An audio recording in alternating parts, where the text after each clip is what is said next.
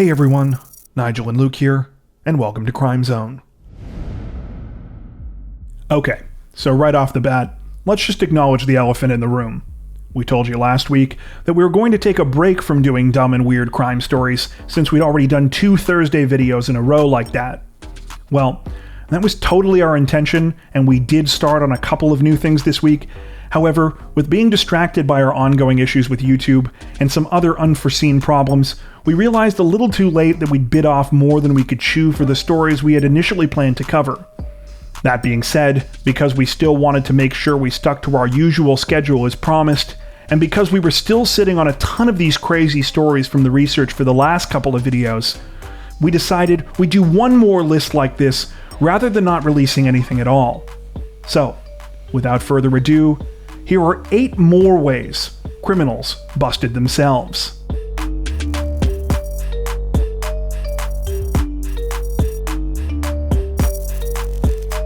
While it's clear that a lot of bad decision-making went on in this first story, let's just say that even for teenagers, it's hard to understand the thought process of these 2 suspects. According to reports, it all started sometime late on the evening of March 31st, 2013, when the 2 female suspects entered a burger joint just outside the Swedish city of Halmstad. The teens were wearing crudely homemade black ski masks, which they had made by cutting eye holes out of a couple of toques, and were also armed with a kitchen knife and hammer. Upon walking up to the restaurant's main counter, the suspects threatened the staff, telling them to put the money from the cash register into a bag that they had brought. At least one Swedish news source we came across translated the teens' exact threat as, quote, "Give me the money or I'll chop you." After telling the suspects to calm down, the employee behind the counter complied with their demands, opening the register and putting the money in the bag. Upon receiving the cash, the teens quickly fled the scene, making off with a total of 2,420 Swedish krona, worth about $370 at the time. Unfortunately for the suspects, when police arrived at the scene, they brought a canine unit with them, who were able to follow their scent back to a nearby apartment. This just so happened to be the place where one of the 2 teens lived with their grandparents. Now, you might be thinking, this in and of itself isn't so bad. Plenty of robbers might not have anticipated being followed by police dogs. Well, here's where things started to get pretty ridiculous. According to reports, upon arriving at the apartment where the suspects were staying, police allegedly found the bag that had been used in the crime just lying on the ground outside. In the bag were the 2 ski masks the teenagers had worn, as well as the kitchen knife that they had threatened the restaurant employees with. When police spoke to the 2 suspects, identified only as a 17-year-old girl and her younger cousin, they still denied any involvement in the crime. That's when police confiscated and searched their phones, only to discover that they had also taken several selfies together dressed in the homemade ski masks and brandishing the kitchen knife in a bathroom at the crime scene right before carrying out the robbery.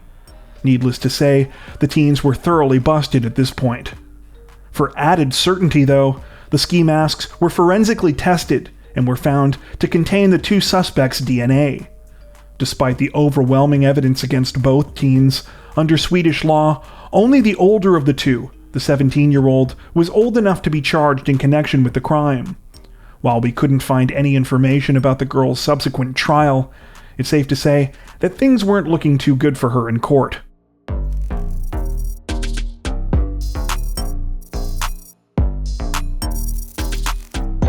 While we definitely wouldn't claim that there's a right way to commit vehicle theft, common sense would seem to dictate that there are certain things you probably shouldn't do if you actually want to get away with the crime.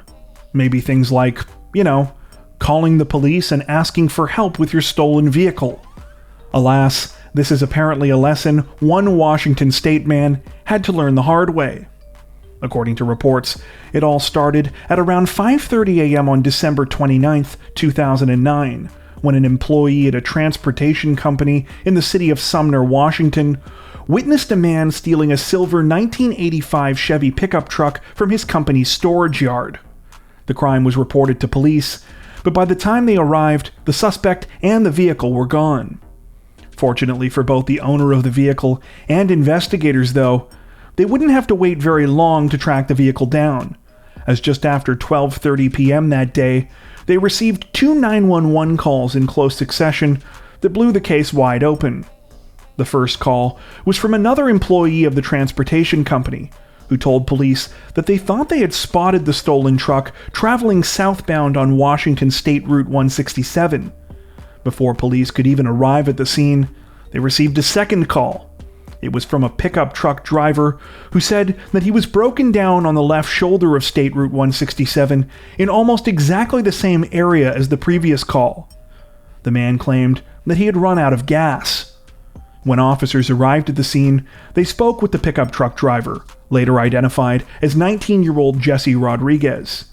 Though the vehicle Rodriguez was driving was identical to the one that had been taken from the transportation company earlier that day, Rodriguez claimed that he had not stolen it, and in fact worked for the company.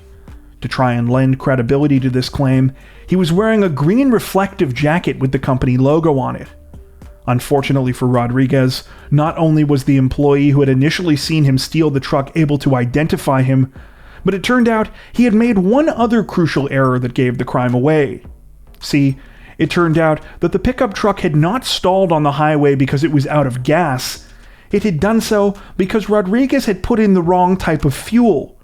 The pickup was a diesel, but Rodriguez had pumped it full of unleaded gasoline. Rodriguez was arrested, and according to reports, eventually admitted to stealing the truck. Unfortunately, though, we weren't able to find any information about the charges or sentence he received in connection with the case.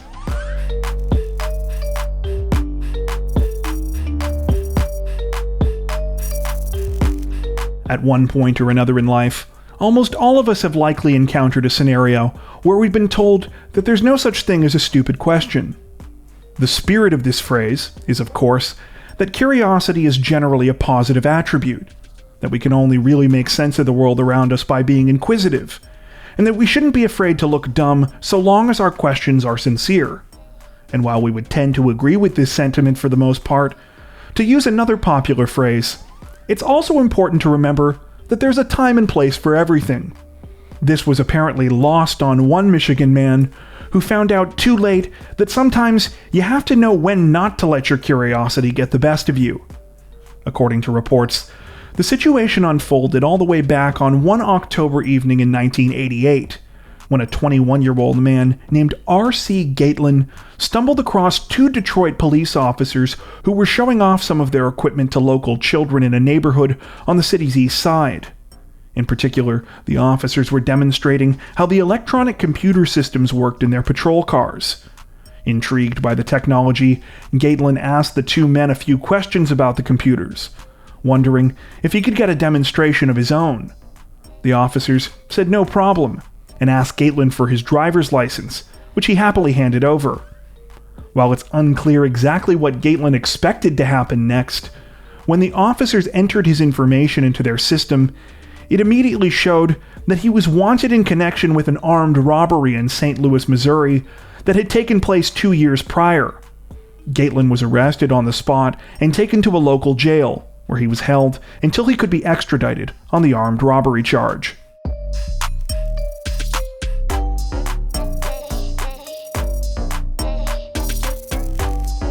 The suspect in this next story was allegedly so bad at stealing that even the local police department jokingly chastised him for making their job too easy. It all started at around 4:30 p.m. on December 26, 2016, when 32-year-old Dale Jonathan Tice walked into a pawn shop called the Hawk Shop in Marietta, Georgia. After pawning a $5 ratchet, the 32-year-old swiped a $200 military knife from the store's counter before fleeing the scene.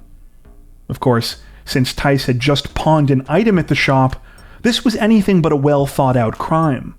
This was because in order to complete his pawn ticket, Tice had not only handed over his driver's license so that employees could take down his information, he had also given them his fingerprint. To top it all off, the pawn shop's surveillance cameras reportedly recorded footage of the entire crime taking place. This was so ridiculous to members of the local Marietta Police Department that when the crime was reported to them, they decided to have some fun with Tice and took to Facebook to jokingly chastise him and offer him some advice. The post read in part, quote, "Please at least try to hide. The judge has already signed the warrant. When you make it this easy, it takes all the fun out of chasing bad guys." Though this will likely come as a surprise to no one, it turned out that Tice was fairly easy to capture and was arrested just 10 hours later at a local motel.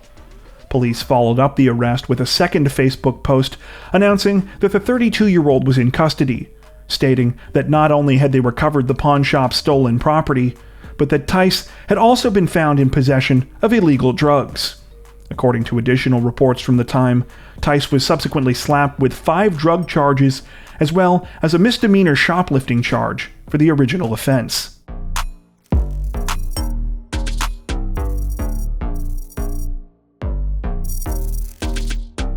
Forgery is one of those crimes that really runs the gamut in terms of complexity. Criminals can be so sophisticated that experts need second or third opinions. And in high-stakes markets like the art world, sometimes even high-end technology isn't enough to definitively weed out fakes. Then, on the complete opposite end of the spectrum, you've got the guy in this next story. In the early morning hours of February 11th of this year, officers from Ontario's York Regional Police were conducting a ride stop in the city of Vaughan. For those unfamiliar, RIDE stands for Reduce Impaired Driving Everywhere, and is a program that's designed to combat drunk driving in the province of Ontario. Essentially, police set up checkpoints, usually on major roadways and highway on and off ramps, and stop and question all drivers who pass through these checkpoints. Anyone suspected of being intoxicated is administered a breathalyzer or roadside sobriety test. You get the idea. Anyway, at around 12:40 a.m. that morning, officers at this checkpoint in Vaughan were stopping motorists as usual until a 49-year-old man from Scarborough pulled up. The good news was that the man wasn't drunk. The bad news was that he was on parole and he was breaking his curfew, which was a condition of his release. With their interest now piqued, police began taking a closer look at the man's vehicle and driving credentials, leading them to discover that he was driving without a license and that his rear license plate was stolen. However, both of these details paled in comparison to what officers found when they went to the front of the vehicle. A crudely made, hand-drawn license plate, which the man had made out of a sheet of paper and a blue marker, presumably an attempt to match the stolen plate on the back of the vehicle. While it's safe to say that the 49-year-old's night was ruined, it appeared to be something of a highlight for the officers who stopped him. Shortly after the incident, the York Regional Police tweeted about the bizarre and amusing incident, sarcastically asking whether members of the public could spot the, quote, uncanny forgery, and jokingly adding, quote, "They say artists create their best work when faced with tough circumstances." The 49-year-old Scarborough man was subsequently slapped with numerous charges, including using a plate not authorized for a vehicle, driving without a license, failing to comply with a court order, and possession of property obtained by crime under $5,000.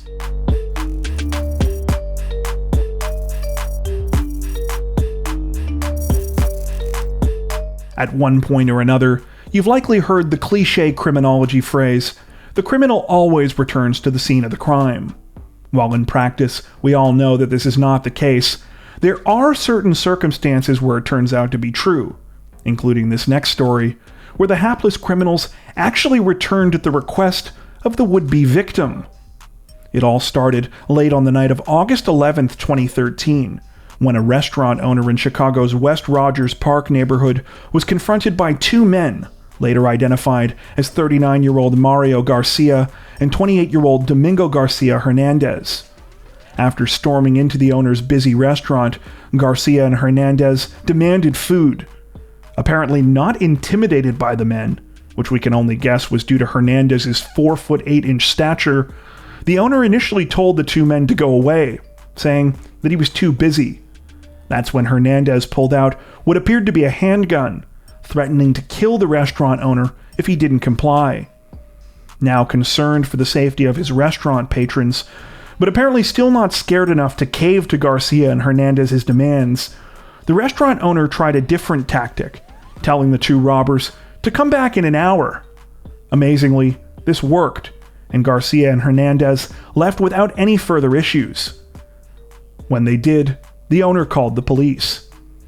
Somehow still believing that they were in control of the situation, Garcia and Hernandez actually returned to the West Rogers Park restaurant as promised an hour later, only to discover that the police were waiting for them.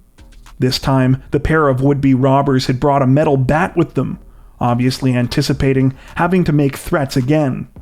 This was actually an upgrade from their previous weapon, as officers would later discover that the supposed gun Hernandez had initially threatened the restaurant owner with was actually a water pistol. In any case, as you might imagine, the two men were arrested, and each was charged with 1 count of attempted aggravated robbery.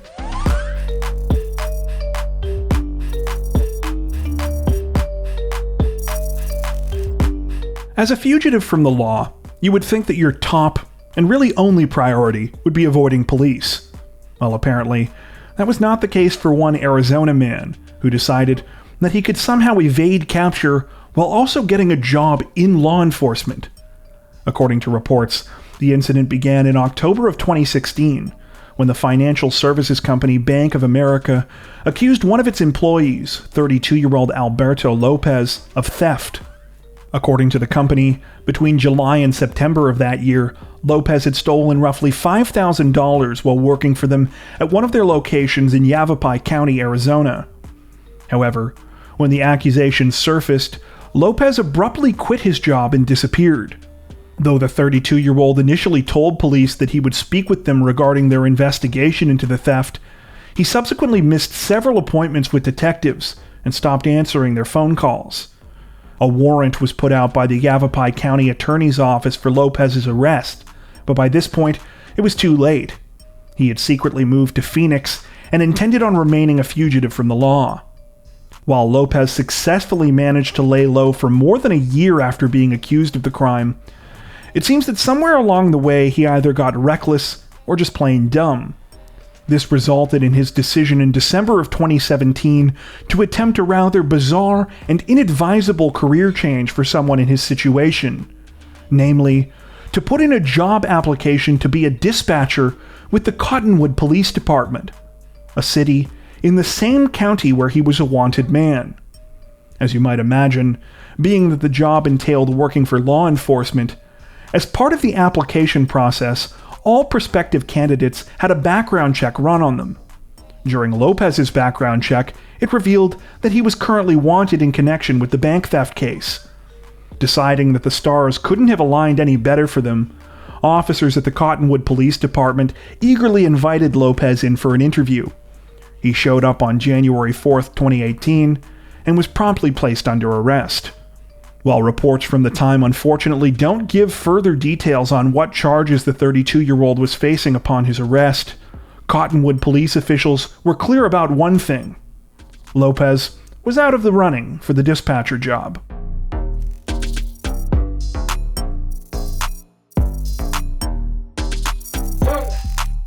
Though the final story on today's list is certainly short, we feel that it deserves its place in the top spot because perhaps more than any other case in this video, we really just cannot figure out how this suspect expected this crime to work. According to reports, it all started on November 17th, 2011, when 53-year-old Michael Fuller walked into a Walmart in the city of Lexington, North Carolina. After taking his time shopping around the place, he took his choice selection of items up to the checkout area, among them a microwave and a vacuum cleaner. The total came out to $476. However, when the time came to fork over the cash, Fuller handed over just a single bill. The denomination? $1 million. While it's not clear from reports how the cashier initially reacted after being handed the obviously fraudulent money, we imagine that they probably did a double take before wondering if they were on some sort of hidden camera prank show. Unfortunately, this was not the case, as it soon reportedly became clear to the multiple store employees that tried to deal with Fuller that he was dead serious. He continued to insist that the $1 million bill was real, even after being informed numerous times that the highest US banknote in circulation was the 100. In fact, the highest note reportedly ever put into public circulation was only worth $10,000 and hadn't been made since 1969. Forgive us for reading way too far into what is by all accounts a completely absurd crime. But what was Fuller expecting to happen here in the best case scenario? $999,000 worth of change? In any case, the argument between Fuller and the Walmart staff predictably continued for some time until police arrived, at which point he was placed under arrest. According to the most recent reports we could find, he was charged with attempting to obtain property by false pretense and uttering a forged instrument. That brings us to the end of today's list. If you found today's video interesting and informative, don't forget to like and subscribe to Crime Zone for more true crime content like this, making sure to hit the notification bell to stay up to date with our latest releases. If you want, you can also follow us on social media to stay up to date with news about the channel. We're on Facebook, Twitter, Instagram, and TikTok. Links can be found on the screen now, but will also be included in the description below. And as always, thank you for watching.